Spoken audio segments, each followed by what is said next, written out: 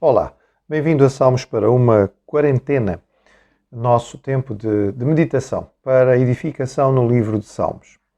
O salmo de hoje é o salmo de número 65. É um salmo de ação de graças, é um salmo de louvor, é um salmo de agradecimento, de forma muito específica.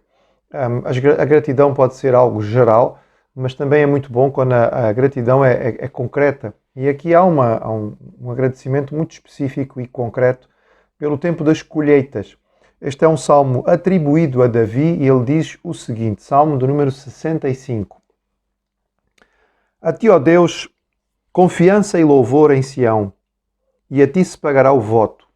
Ó tu que escutas a oração, a ti virão todos os homens. Por causa das suas iniquidades, se prevalecem as nossas transgressões, tu não-las perdoas. Bem-aventurado aquele a quem escolhes. E aproximas de ti para que assista nos teus átrios. Ficaremos satisfeitos com a bondade da tua casa, o teu santo templo. Com tremendos feitos nos respondes em tua justiça, ó Deus, Salvador nosso, esperança de todos os confins da terra e dos mares longínquos, que por tua força consolidas os montes, cingido de poder, que aplacas o rugir dos mares, o ruído das suas ondas e o tumulto das gentes. Os que habitam nos confins da terra temem os teus sinais. Os que vêm do Oriente e do Ocidente, tu os fazes exultar de júbilo. Tu visitas a terra e a regas, tu a enriqueces copiosamente. Os ribeiros de Deus são abundantes de água, preparas o cereal porque para isso a dispões. Regando-lhe os sulcos, aplanando-lhe as leivas, tu a amoleces com chuviscos e lhe abençoas a produção. Coroas o ano da tua bondade, as tuas pegadas destilam fartura, destilam sobre as pastagens do deserto e de júbilo se revestem os outeiros. Os campos cobrem-se de rebanhos e os valos vestem-se de espigas, exultam de alegria e cantam. É um salmo muito bonito e é um salmo com claramente uma visão campestre. Este salmo começa com um momento de adoração, gratidão ao Senhor. Ele começa referindo a bênção do Senhor. Lembramos que numa questão que está aqui presente, que tem a ver com a colheita, que o povo de Israel era um povo que dependia, não era do tempo, dependia da chuva, dependia da resposta do terreno. Um povo que vivia de agropecuária, portanto precisava que as suas colheitas fossem produtivas e que os seus animais tivessem pastos. E portanto esta gratidão expressa aqui pelo rei, por Davi, é pela bênção do Senhor, provavelmente após um ano de prosperidade nos campos. Ele fala sobre o nosso Deus como sendo um Deus que nos permite ter confiança e certeza, não é? A ti, ó Deus, confiança e louvor, tu ouves as orações. Esta é um dos aspectos cíclicos, não é? Da oração. Nós oramos, o Senhor ouve as nossas orações e responde. E a resposta do Senhor fortalece a nossa fé. Quem não ora dificilmente vai desenvolver a sua fé. É impossível crescer em fé sem um tempo de oração com o Senhor. É quando nós estamos na sua presença e levamos as nossas necessidades. É quando abrimos o coração e falamos com o Senhor que depois nós podemos perceber o seu cuidado e a sua resposta. E isto traz aumento de confiança a cada um de nós. Portanto, é natural que aqui esteja expresso isto. Aqueles que perceberem a resposta da oração de Deus na sua vida, ou se calhar inicialmente na vida de outros, são instigados e levados à oração. E é isto que o salmista diz aqui. Ele menciona que há necessidade de se pagar o voto. Provavelmente este voto era voto feito por aqueles que estavam a pedir a bênção para a colheita. Estamos a imaginar o agricultor a orar ao Senhor e a votar ao Senhor algum sacrifício de gratidão se as colheitas fossem produtivas. E agora que as colheitas foram, o próprio resultado da colheita é parte do material que é levado para sacrificar. Nós encontramos isso em Levítico, na descrição dos vários tipos de sacrifícios. Havia ofertas de ação de graças que eram compostas por cereais, que eram produto do campo, que era uma forma de agradecer a Deus por aquilo que o Senhor mesmo tinha produzido ou tinha dado. Então há esta característica muito bonita deste salmo.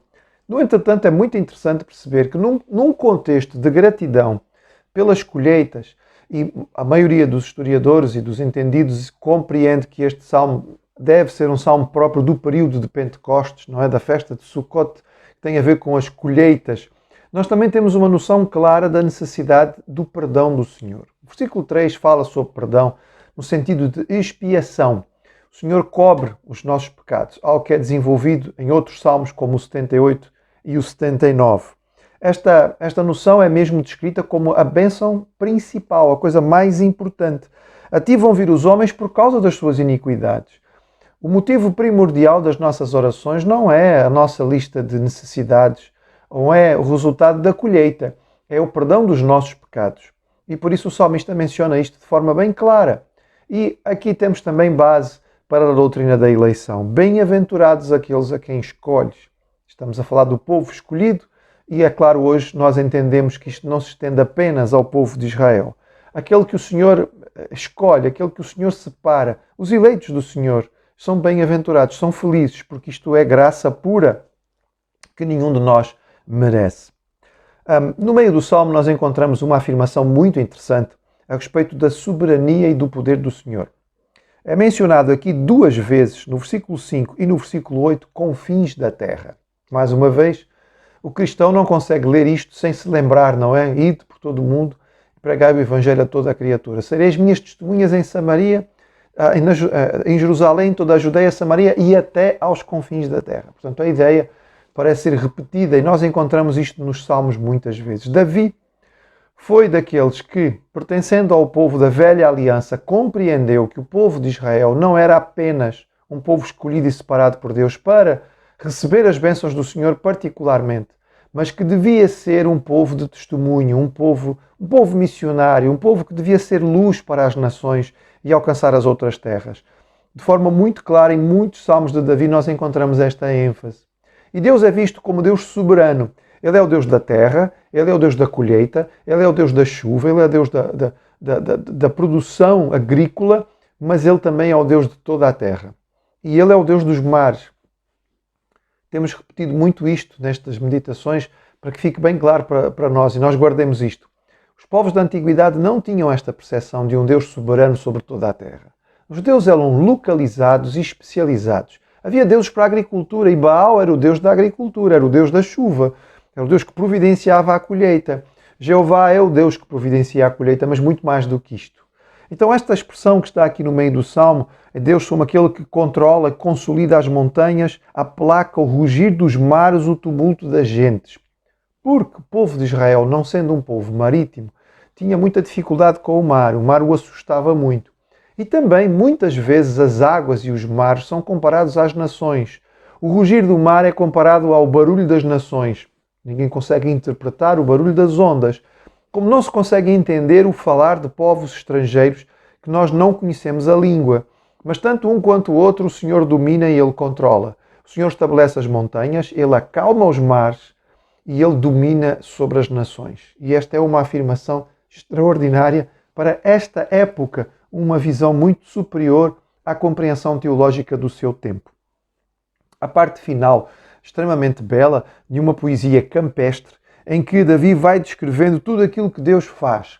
Ele fala de Deus como aquele que vem visitar a terra. Ele mesmo age como se fosse um agricultor. Ele rega a terra, ele separa, não é, os vários pedaços do campo, os sulcos no campo, ele aplana, ele amolece com o chuvisco, ele faz a semente frutificar, ele coroa o ano da bondade, diz ele no versículo 11, de forma muito bela. E, portanto, o campo vai dar o resultado. Resultado agrícola, as colheitas foram abundantes e também para os animais houve fartura porque os vales estão repletos e os campos estão cobertos de rebanhos. É um salmo sobre resposta de oração, sobre pagamento de voto. É um salmo que nos fala que o nosso Deus é um Deus de providência e nós vamos a Ele e pedimos aquilo que necessitamos e Ele responde. Hoje talvez não estejamos tão dependentes das colheitas, aqueles de nós que não somos agricultores, não trabalhamos com a terra, mas de qualquer maneira nós precisamos da resposta do Senhor e que Ele faça prosperar o nosso trabalho. E aqui nós temos a confiança e a absoluta certeza de que é este Deus, o Deus da provisão, é o nosso Deus, aquele que nos abençoa.